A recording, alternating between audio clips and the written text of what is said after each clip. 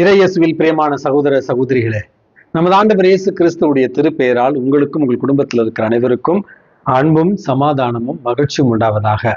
அன்புமிக்கவர்களை, April மாதம் 29ஆம் தேதி தாயாம் திரு அவை சியனா நகரத்தினுடைய புனித கேத்தரின் என்பவருடைய நினைவு நாளை கொண்டாடுகிறது. அன்புமிக்கவர்களே, திருச்சபையினுடைய மறை வல்லுநராக கருதப்படுகிற இந்த புனித கேத்தரின் என்பவர் இத்தாலி தேசத்துல 14ஆவது நூற்றாண்டுல வாழ்ந்த ஒரு புனிதை. கிபி 1347ஆவது ஆண்டு பிறந்ததாக இவரை நம்ம அறிகிறோம். சியனா என்கிற ஒரு நகரத்துல தான் இவர் பிறக்கிறார். மிகப்பெரிய ஒரு பணக்கார குடும்பம், பிரபுத்துவ குடும்பம். குடும்பத்துல மொத்தமாக 25 பிள்ளைகள். 25 பிள்ளைகளில் 25ஆவது கடைக்குட்டி தான் இந்த சியனா நகரத்தினுடைய புனித கேத்தரின் என்பவர். அன்புமிக்கவர்களே, 7 வயதிலேயே தன்னை கடவுளுக்கு அர்ப்பணித்த ஒரு புனிதையாகத்தான் இவரை நம்ம பார்க்கிறோம். 13-14 வயது நடக்கிற நேரத்துல இவருடைய தாய் திருமணம் முடித்து வைக்க திட்டமிட்ட நேரத்துல மாடிக்கு சென்று ஒரு அறையில தன்னையே பூட்டி கொண்டு கிறிஸ்துவுக்காக தன்னையே அர்ப்பணித்து வாழ கற்பு என்கிற அந்த வாக்குறுதியை அளித்தார் என்றும் இவருடைய வாழ்க்கை வரலாற்றுல நம்ம வாசிக்கிறோம். ஆண்டவருடைய காட்சிகளை பார்க்கின்ற ஒரு வரத்தை பெற்றவளாகத்தான் இந்த புனிதை அறியப்படுகிறார். காட்சி தியானத்தினுடைய ஒரு பாதுகாவலியாகவும் இவர் அறியப்படுகிறார்.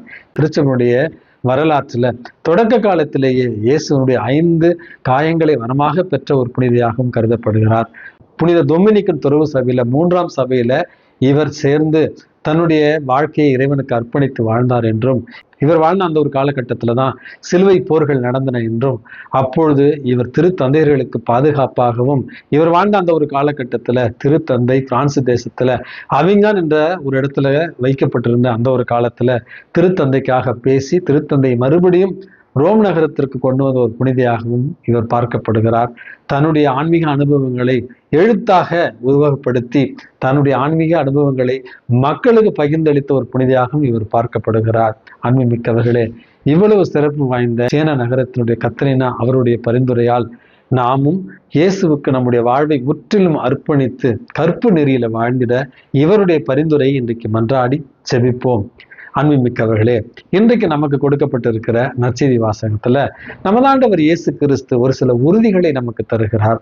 அதாவது, தன்னை காண்பவர் தன் தந்தையை காண்பதாகவும், தன் மீது நம்பிக்கை கொள்பவர்கள் தந்தையாகிய கடவுள் மீது நம்பிக்கை கொண்டிருப்பதாகவும், இவர்களை அவர் ஒளியில் வழி நடத்துவதாகவும் இன்றைக்கு நமக்கு உறுதியை கொடுத்திருக்கிறார். இயேசுவனுடைய அந்த ஒளியில் நடக்காதவர்கள் இருளை தேர்ந்தெடுக்கிறார்கள். இருளை தேர்ந்தெடுப்பவர்கள் அந்த இருளுக்குரிய சாபத்தையும் இருளுக்குரிய துன்பத்தையும் அடைவார்கள் என்பதைத்தான் இன்றைய நற்செய்தி வாசகம் நமக்கு தெளிவுற சொல்லுகிறது. தந்தையாகிய கடவுளுக்கும் இயேசுவுக்கும் உள்ள அந்த நெருக்கமான உறவை போல நம்முடைய உறவும் இயேசுவோடு இருக்க வேண்டும் என்பதுதான் மைய கருத்து. அப்படி என்றால், இயேசுவை காண்பவர்கள் தந்தையாகிய கடவுளை நம்ம காண்கிறோம். இயேசுவை அன்பு செய்பவர்கள் தந்தையாகிய கடவுளையும் நம்ம அன்பு செய்கிறோம். இயேசுவின் மீது நம்பிக்கை வைப்பவர்கள் தந்தையாகிய கடவுள் மீதும் நம்பிக்கை வைக்கிறோம். இதை செய்பவர்கள் இயேசுவினுடைய ஒளியில் வாழ்கின்ற ஒளியின் மக்களாக மாறுவோம் என்பதைத்தான் இன்றைய நற்செய்தி வாசகம் நமக்கு தெளிவுற சொல்லுகிறது. ஒளியின் மக்களுடைய எண்ணங்கள், ஒளியின் மக்களுடைய செயல்பாடுகள், ஒளியின் மக்களுடைய வார்த்தைகள் எப்படி இருக்கும் என்றால் இயேசு கிறிஸ்துவை பிரதிபலிக்கிற ஒரு வாழ்வாகத்தான் இருக்கும் என்பதை இன்றைக்கு நம்ம புரிந்து கொண்டு, இருளினுடைய மக்களாக இல்லாமல் இவ்வுலகத்தின் மக்களாக இருந்து விடாமல், இந்த உலகத்தினுடைய விழுமியங்களாக இருக்கிற பணம், பதவி, அந்தஸ்து, பட்டங்கள் மற்றும் அதிகாரங்கள், சுயநலம், பேராசை, காம உணர்வு இவற்றின் மக்களாக நம்ம வாழ்ந்து விடாமல் இறைவனுடைய பிள்ளைகளாக, ஒளியின் மக்களாக, தூய ஆவியானவருடைய கொடைகளையும் கனிகளையும் பெற்ற மக்களாக வாழ்ந்திடத்தான் இறைவன் நமக்கு அழைப்பு விடுக்கிறார். ஒரு பழைய நிகழ்ச்சி தான் நான் உங்களுக்கு ஏற்கனவே சொல்லி இருக்கிறேன். வேளாங்கண்ணிக்கு பாத யாத்திரையாக செல்கிற ஒரு வயதான மனிதர் வழியோரத்தில் இருக்கிற ஒரு கடையில கூல்ட்ரிங்க்ஸ் வாங்கி குடிக்கிறார். அவருடைய நிலையை பார்த்து அந்த கடைக்கார பெண்மணி கேட்கிறார், என்ன பெரியவரே, வேளாங்கண்ணிக்கா போறீங்க?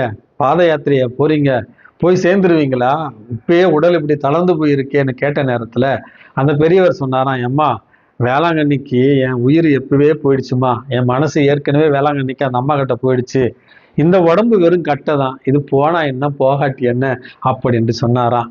அந்த பெரியவருடைய மனசுல என்னுடைய எண்ணம், ஏக்கம், மனசு எல்லாம் வேளாங்கண்ணிக்கு போயிடுச்சு. அந்த அம்மாவுடைய அந்த திருத்தலத்துல இருக்கு. இந்த உடல் எவ்வளவு தளர்வடைந்தாலும் பரவாயில்லை, ஆனால் என்னுடைய உயிரும் மனதும் அங்கு இருக்கிறது என்று சொன்னாராம். இந்த மண்ணுலக வாழ்க்கையில கூட நம்முடைய உடலும் மனமும் இயேசு கிறிஸ்துவிடத்துல இருக்கிற நேரத்துல இந்த உலகத்தில் ஏற்படுகிற துன்பங்கள், சோதனைகள், வேதனைகள் எல்லாமே நம்மை தளர்ச்சி அடைய விடாமல் கிறிஸ்துவை நோக்கி ஒளியின் மக்களாக பயணம் செய்ய அந்த நம்பிக்கை, அந்த விசுவாசம் நம்மை தூண்டும் என்கிற நம்பிக்கையோடு இயேசு கிறிஸ்துவின் மீது நம்பிக்கை உள்ளவர்களாய் ஒளியின் மக்களாய் வாழ்ந்திட இறைவன் உங்களையும் என்னையும் தூண்டுவாராக. எல்லாம் வல்ல இறைவன், தந்தை, மகன், தூய ஆவி உங்களையும் உங்கள் குடும்பத்தில் இருக்கிற அனைவரையும் நிறைவாக ஆசீர்வதித்து பாதுகாத்து வழி நடத்துவாராக. ஆமென்.